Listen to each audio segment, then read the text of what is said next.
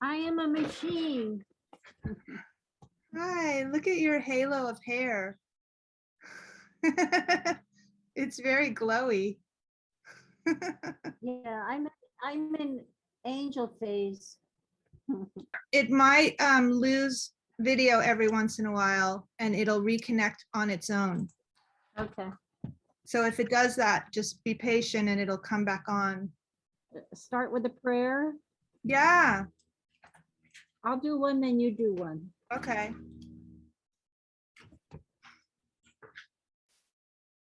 We lift this precious time up to the direction of the Holy Spirit, the angels, so that our meeting will not only heal us, but heal whoever else wants to think about it or listen to it. Bless all of us for making the effort to interface with technology. Bless technology for the way it allows us to visit each other, the visitation. Bless our vocation as artists and lifeists, Lifeists. Bless this opportunity to communicate about art and life and healing. Amen. Amen. I ask that our bodies on opposite ends of this continent be infused with a stream of high frequency love vibration, and that pour into the interwebs between us and out to everybody who tunes in with us at any time through all space and time, dissolving all transgressions and negatives and obstacles and difficulties, creating epiphanies and openings and solutions and hope. Hello? There, remember I told you it would go off? Oh, okay. Amen. So I usually have my eyes closed throughout so that it's more about listening than performing. Okay. Keeping myself from looking and judging through the eyes. Let's start. Are you ready to start? I am. Hello? It went away again. I mean, it's a performance, but should we just do a phone call and keep the image up? Okay. No. Okay, there you go. 1, 2, testing, 1, 2. Yeah. So first question is, you were just born, and where is that? Tell me about the first 3 years. Born in a Catholic hospital called the Little Company of Mary. Kind of an interesting start because the divine feminine is so important to me. I wasn't raised Catholic or religiously, but my mother went to Catholic school and has those ties to her Filipino side. And then we went to Topanga. So that was in Torrance, Southern California, where my grandmother had moved from Venice. And then we moved, my mother and I, to Topanga Canyon, and my father joined us, and he was a traveling musician. And we settled in Topanga. So the first Recording stopped. 3 years, I was Recording in progress. I was in this subcultural enclave in LA, and there were lots of musicians and artists around. I remember that period really well. I have incredible long-term memory. My short-term memory gets a little challenged from this illness, but lots of nature, lots of music. And were those ethnic influences? Well, my mother's Filipino and Irish. You know, my family is colonized, the Filipino.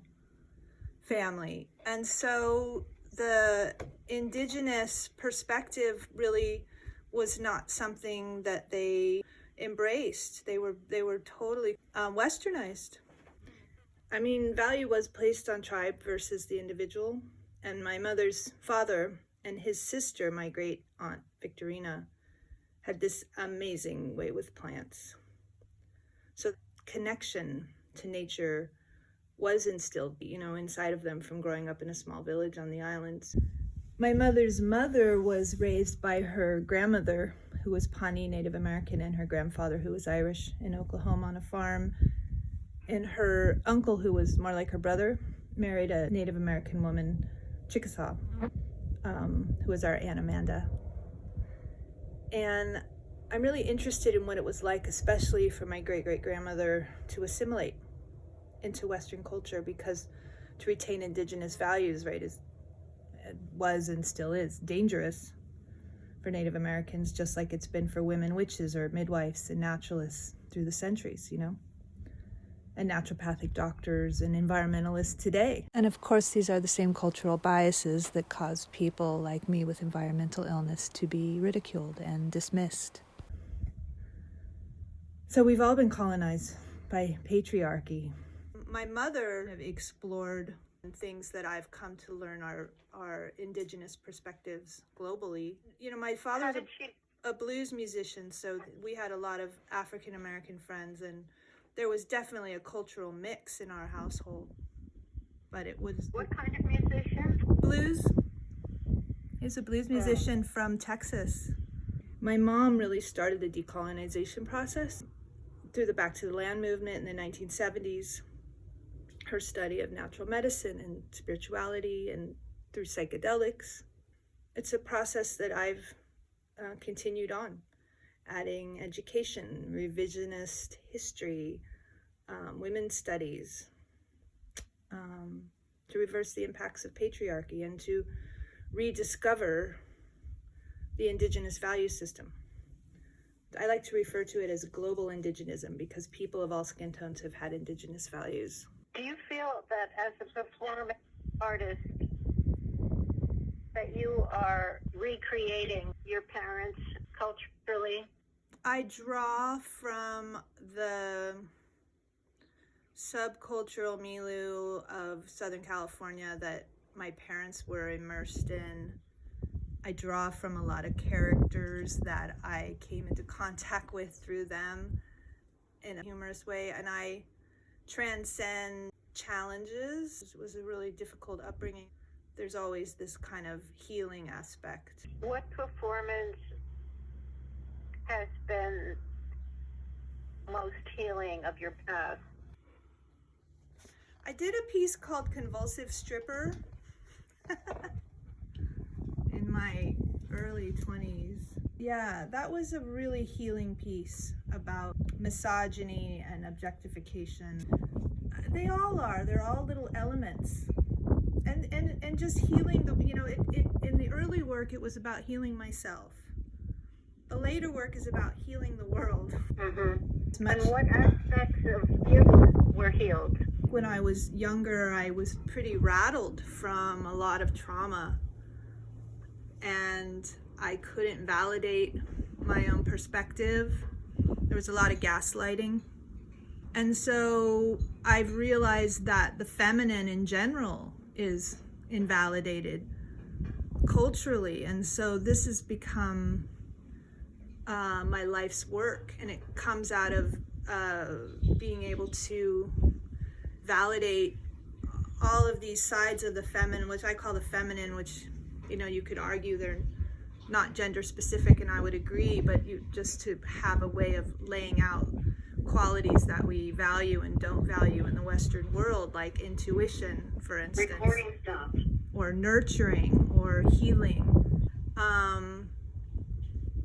So, my voice has just gotten stronger and more grounded, and I actually literally couldn't speak for a long time. I would kind of mumble.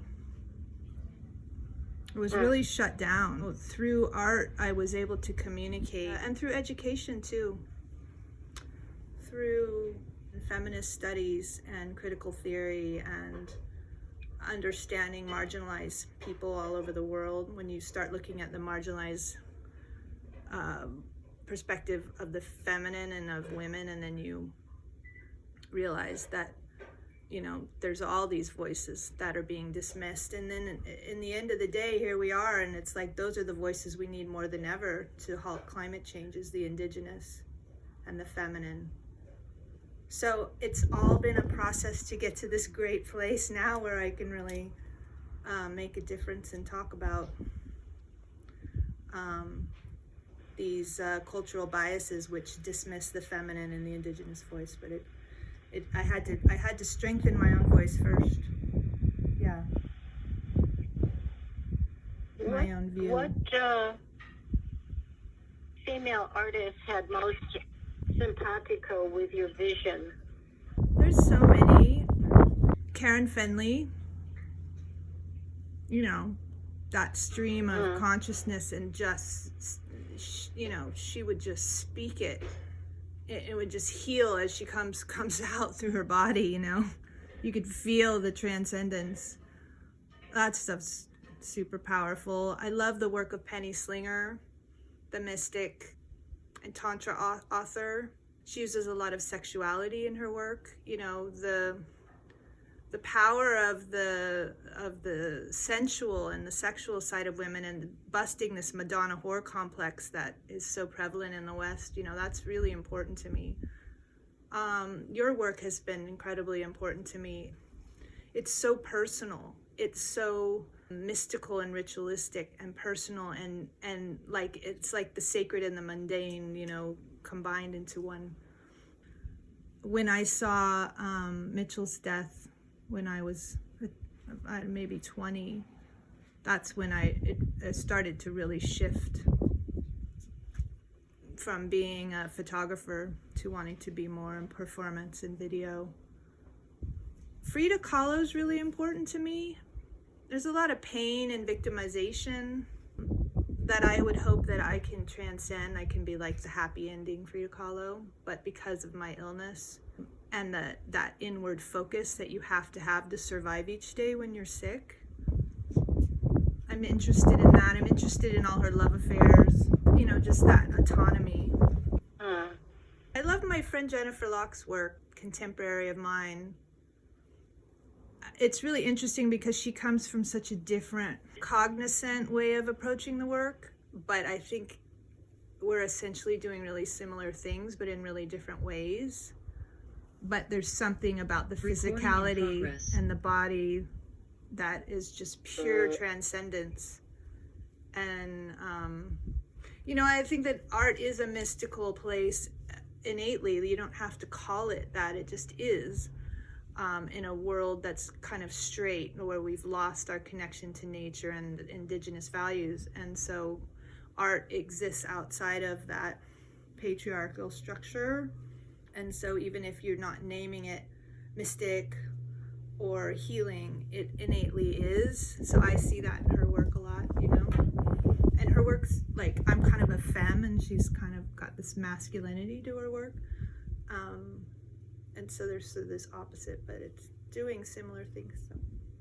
What was your no that you had to transform?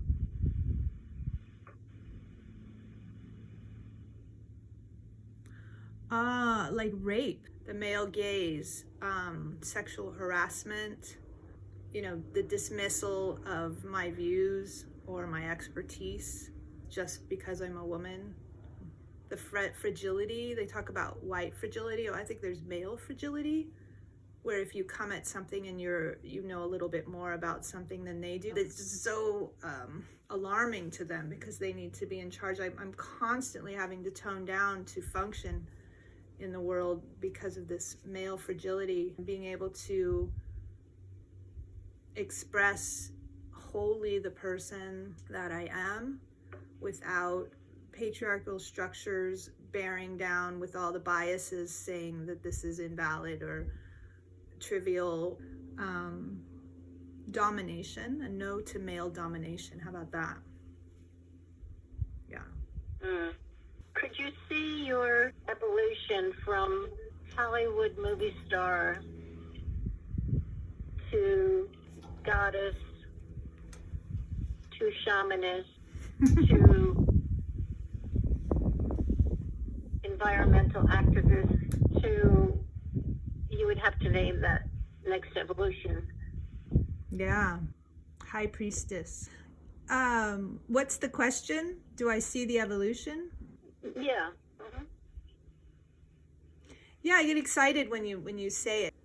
You know, there's the femme fatale, and there's this room in movies, in early movies, for women to live outside of the sexual mores that were acceptable. Like you have Mae West, for instance, who was a total boss. I mean, this is a woman who had interracial love affairs, who managed her own finances. When the doorman wouldn't let her black lover in the front door, she bought the building so she could be the boss. And, you know, these are wonderful. And, you know, she made all these sexual innuendos and comments that were just outrageous for a woman to behave in this way in life. But you go to the movies and it was like you could laugh and it was acceptable, but it's still very influential. So I think as much as there's the male gaze and there's the male directors and the writers and everything creating these roles for women and their fantasies placed upon them, there still was a lot of room to explore feminine power, feminine sexual power, even the fantasized female through a male lens. I found very powerful. I you know, the glamour, the over the top, it's like drag, you know, it's like drag. It's females playing females, but there's still these like over the top versions of that. And my grandmother looked like Lana Turner, and she came to California from Oklahoma, and she really went Hollywood. You know, she drove a convertible and had the scarves around her neck and the cat eye glasses and the Lana Turner blonde hair. And she was just beautiful. And so I think a girl can't help it. You think of, I can't think of her name right now, but you know, the big bullet bras and the little waist and but in the mix of all of that, there's definitely inspiration. I like to look at these women called the Völva that were in Norse culture. They had sexual autonomy, but they were at the highest tiers of society. They carried a wand and they did indigenous magic. They did conflict resolution. They worked with kings and queens. They were healers. So they used all these, what I call the qualities of the feminine: psychic, divination, prophecy. But they had full autonomy of their sexual power, and their sexual power was considered dangerous. And there's some kind of parallel there with the old Hollywood females. How does that translate? I mean, I got ill when I was 24, so I became immersed in healing, and there was no cure.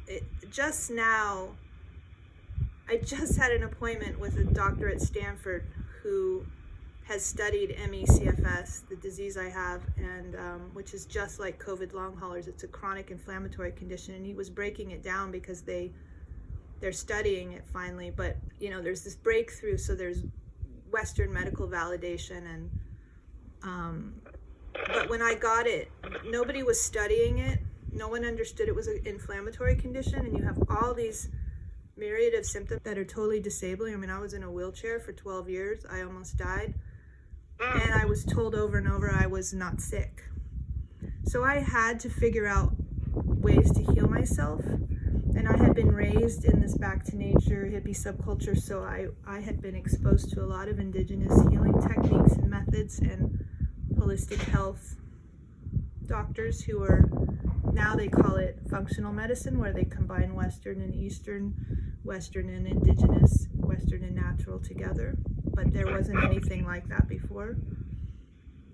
So I had to find the ways to get into my body systems on a molecular level, from deep shamanic work to get my nervous system to switch to start functioning in a better way and so forth. So, and and working with plant spirits and working with higher spiritual guides that are with us in other kind of dimensions. And you know, I had to go way out there and bring myself back from near death. So the power of the feminine, I will just say, is a thread through all of that experience.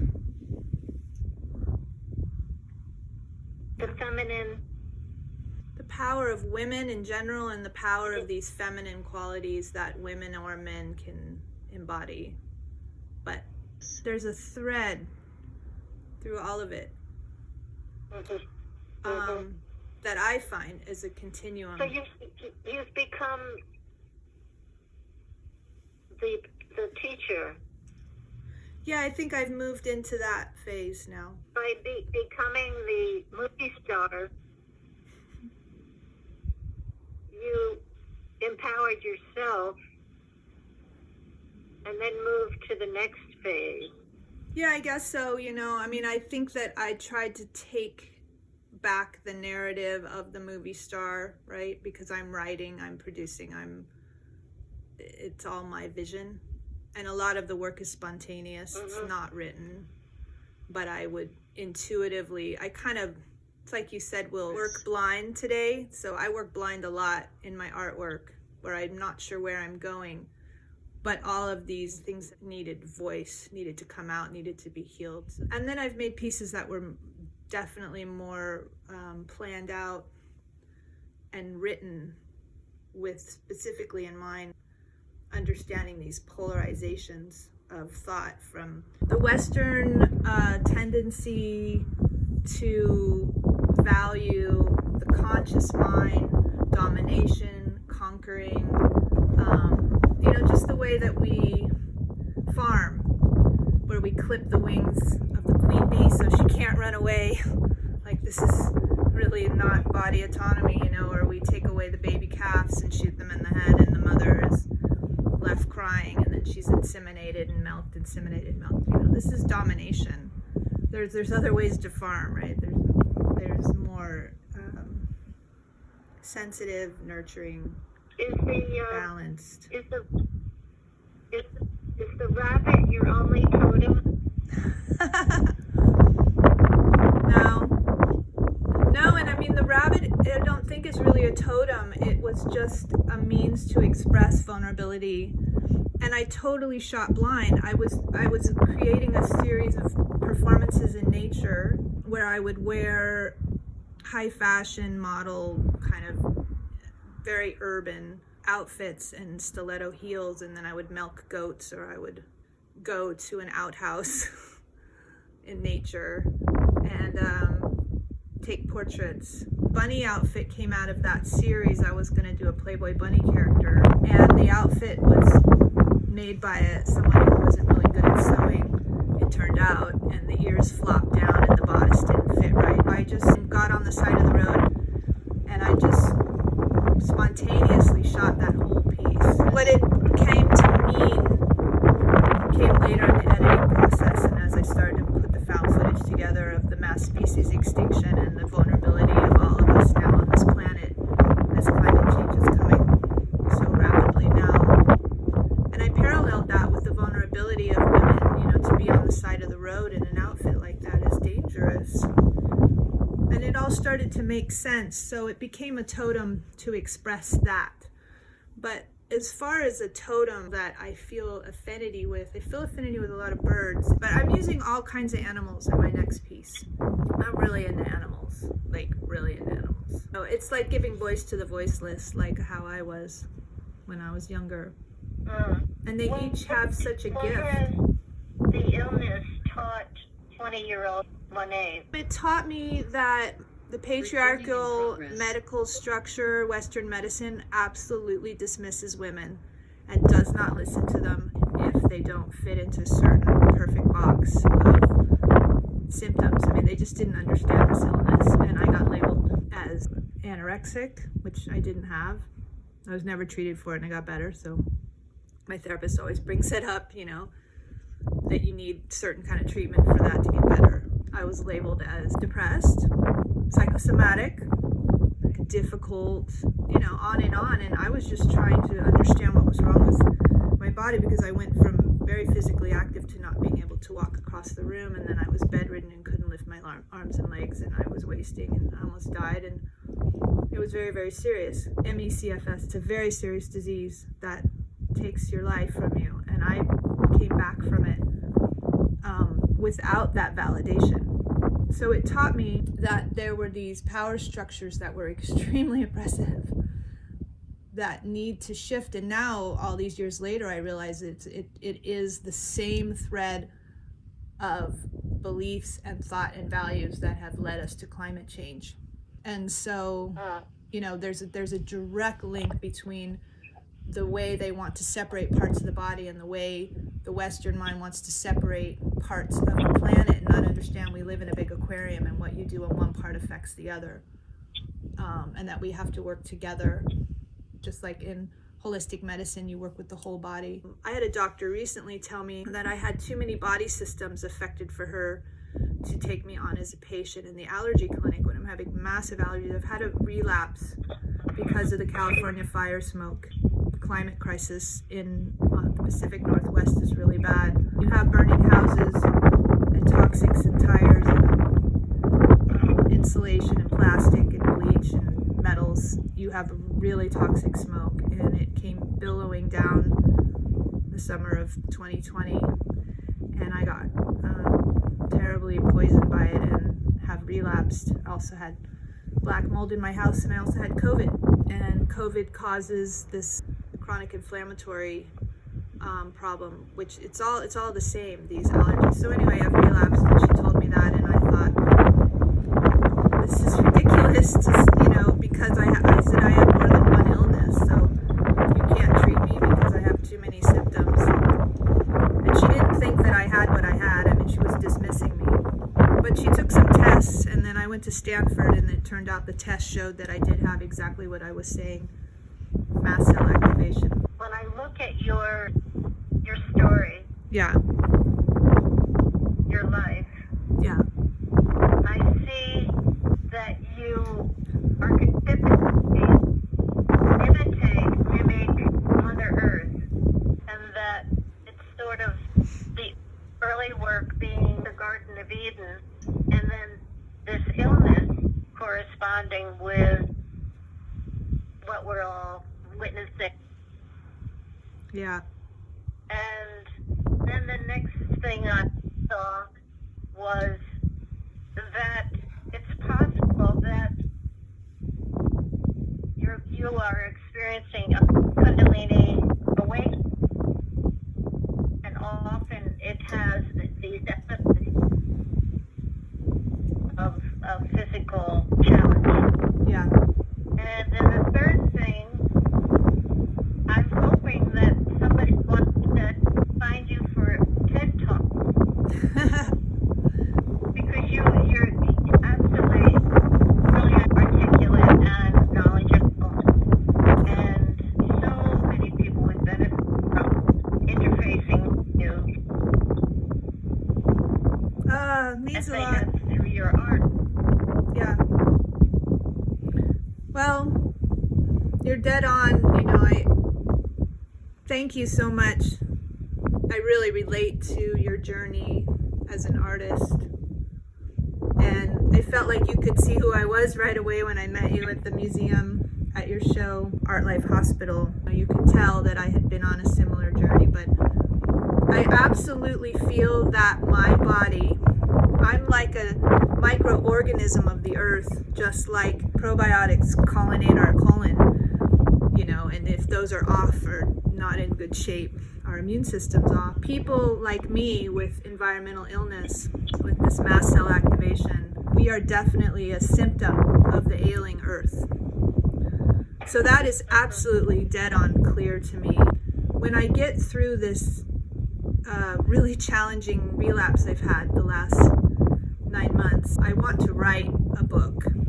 But I also do intuitive readings. My training when I was bedridden for years activated a skill set that's pretty on another level. I've always been intuitive. I've always had the skill. I had to go to school, psychic school, to learn how to control it, because I learned them, but also my years of being bedridden and the shamanic work and breathing exercises. And I have really powerful psychic ability when I go into neutral and to read. And I'm glad you brought that up about the illness and the Kundalini, because people often think that if you're ill, especially people that have gotten a little into the consciousness community, have these incorrect biases that illness means you're a victim, or you're not powerful, or you don't use your tools.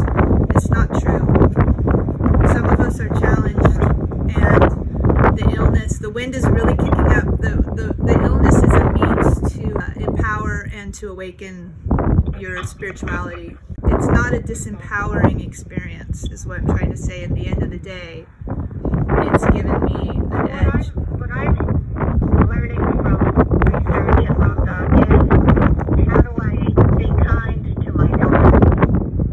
Yeah, you have to transcend the negativity that comes up around it, the limitations it brings. So being kind is a practice. It's the Dalai Lama's main practice, and he's a real powerful guy. That's his main message, these simple things that we think are too simple to be as powerful as they are sometimes are really what's it. Your daughter is 13 and she comes to you and she says, Mom, teach me. And tell me what you would say.